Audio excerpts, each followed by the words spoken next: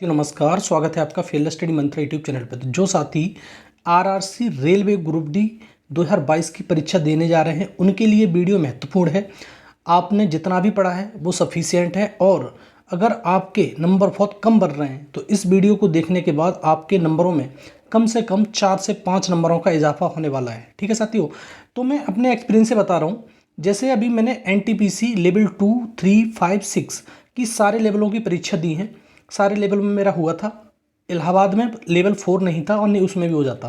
तो मैंने सारे लेवलों की परीक्षा दी है। इसके आधार पर मैं आपको बताता हूँ कैसे आपको परीक्षा टाइम की स्ट्रेटजी बनानी है। ठीक है, परीक्षा टाइम में कैसे घबराना नहीं है, खुद को कंट्रोल में कैसे रखना है। ठीक है साथियों, तो सही बात तो यह है कि आपको परीक्षा स्थल पर जो भी परीक्षा का स्थान होगा उसे समय से पहुंच जाए वहाँ पर।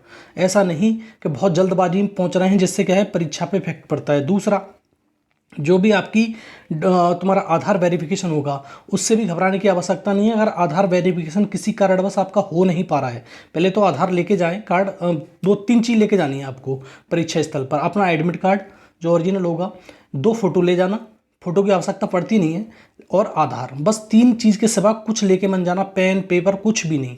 ठीक है, 3 चीज़ लेके जाना। आधार अगर वेरिफिकेशन किसी कारणवश आपका नहीं हो पाता है तो आरसी फॉर्म परफॉर्मा भरवाता है, कोई दिक्कत नहीं होगी आपको। ठीक है साथियों, तो आधार वेरिफिकेशन से घबराने की आवश्यकता नहीं है। दूसरी चीज़, अगर आप इस परीक्षा में बैठ रहे हैं और आपने जितनी भी तैयारी की है, आप अब तैयारी आपकी सफिशिएंट है। जित बहुत 4 साल हो गए, 2019 में वैकेंसी निकली थी, 2022 में पेपर हो रहा है, तो 4 साल में आपने बहुत कुछ पढ़ा होगा। अब लास्ट टाइम पे क्या करना है, आपने जो पढ़ लिया है उसका ही रिवीजन करो। लास्ट टाइम पे जिस दिन परीक्षा हो उस दिन की रात को कम से सोने की कोशिश करना, ज़्यादा से ज़्यादा नींद आए, जिससे आपकी परीक्षा में संतुलित हो सको आप वहाँ जाके। ऐसा नहीं है घबरा रहे हो कि परीक्षा कैसी होगी कैसी नहीं होगी, इससे कोई फ़र्क नहीं पड़ता है।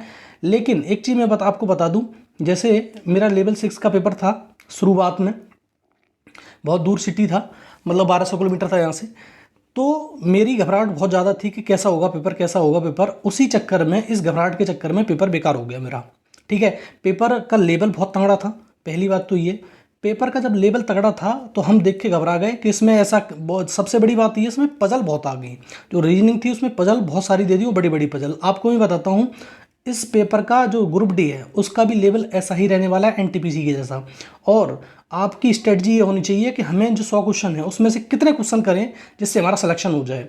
और बड़े क्वेश्चन को तो देखते ही आपको छोड़ देना है, लास्ट में जब समय बचे तब उस बड़े क्वेश्चन को टच करना है, अदरवाइज आप इस परीक्षा में मात खा जाओगे। दूसरी चीज़, अत्यधिक समय किसी एक प्रश्न, पर्टिकुलर प्रश्न पर नहीं देना है अगर परीक्षा को पास करना है आपको तो। ठीक है साथियों, और कोई भी जैसे कोई चीज़ है आपने पहले कर रखी है, ठीक है, आपने पहले कर रखी है और परीक्षा टाइम पे समझ नहीं आ रही है, वही प्रश्न सामने आ रहा है और समझ में नहीं आ रही, तब भी उस पर अधिक समय देने की आवश्यकता नहीं है। आपको आगे बढ़ जाना है। देखो 100 प्रश्न है, 100 प्रश्नों में से जितने भी प्रश्न पहली बार देखो, देखते ही एक नज़र में जो प्रश्न आ रहे हैं, जैसे 100 प्रश्नों में मैंने 40 प्रश्न एक नज़र में देखते कर लिए तो वो कर लिए।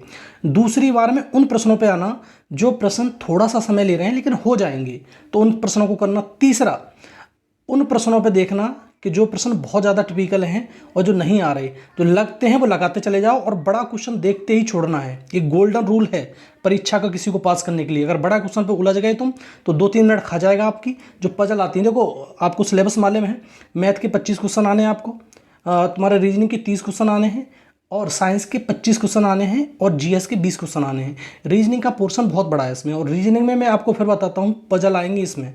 6-7 पजल तो देगा ही देगा वो, और पजल दे देगा तो पेपर थोड़ा सा टिपिकल हो जाएगा। और मॉक टेस्ट जितने भी लगा रहे हो आप, जिसके भी 55 नंबर आ रहे हैं, 50 आ रहे हैं, 60 आ रहे हैं, 65 आ रहे हैं, घबराने की आवश्यकता नहीं है। आपका सिलेक्शन पक्का हो जाएगा, क्योंकि इसकी कट ऑफ इतनी नहीं जाएगी, क्योंकि मल्टीपल शिफ्ट में पेपर है। अब मल्टीपल शिफ्ट में पेपर होता है तो उसका एक रीज़न होता है कि उसमें होगा नॉर्मलाइजेशन।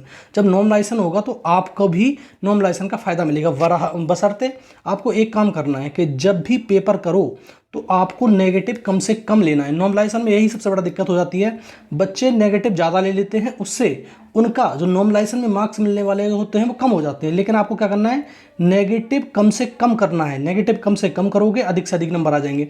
अगर आपके 50 भी नंबर आए ना, तब भी घबराने की आवश्यकता नहीं है। 15-15, 20-20 नंबर तक बढ़ जाते हैं लोगों के, ठीक है, तो वहाँ तक पहुँच जाओगे। तो इसमें घबराने की आवश्यकता नहीं है कि 15-20 नंबर मतलब 50 नंबर आ रहे हैं, 55 आ रहे हैं, 60 आ रहे हैं, 65 आ रहे हैं, होगा कि नहीं होगा, आपका श्योर शॉट हो जाएगा। लेकिन परीक्षा में यही चीज़ ध्यान रखना कि नेगेटिव ना होने पाए। नेगेटिव कम से कम हो। 50-50 लग रहा है तुम्हें, बहुत कम क्वेश्चन हो पा रहे हैं तुम्हारे, 50-50 लग रहा है तो आप कर देना, लेकिन ज़्यादा नेगेटिव मत लेना। जैसे मैंने 70 क्वेश्चन कर दिए सही सही, अब मैं कह रहा 30 क्वेश्चन बचे हुए हैं, 10 क्वेश्चन और मार दूँ, तो वो नेगेटिव जाएंगे ना, तो आपको ही नुकसान होने वाला है। तो नेगेटिव मत लेना। और मैं अपनी परीक्षा के हिसाब से बताता हूँ, मैंने अभी ALP दिया था और NTPC के सारे लेवल दिए हैं।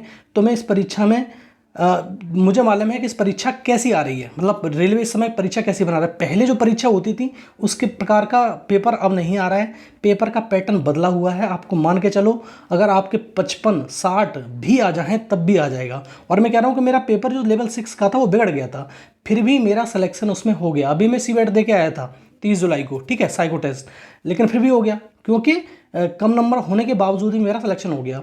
तो आप भी इसमें घबराने की आवश्यकता नहीं है। और स्ट्रेटजी अच्छी बनाना अपनी, जहाँ से भी करो, मतलब जैसे भी जाओ, जल्दी से पहुँचना सेंटर पे। दूसरा, जल्दी से पहुंचने के बाद तुम्हारा आधार वेरिफिकेशन करवा लेना अपना आराम से, चाहे 10-20 मिनट बैठ जाना कुर्सी पे जाके, सीट पे, लेकिन जल्दबाजी मत करना, ठीक है साथियों। दूसरी चीज़, जो पेपर स्ट्रेटजी मैंने बताई है, सबसे पहले वो प्रश्न करना जो एक नज़र में हो रहे हैं। 40 क्वेश्चन हो रहे हैं, 45 हो रहे हैं, जितने भी हो रहे हैं, दूसरी नज़र में वो प्रश्न करना कि थोड़ा सा समय लेंगे लेकिन हो जाएंगे।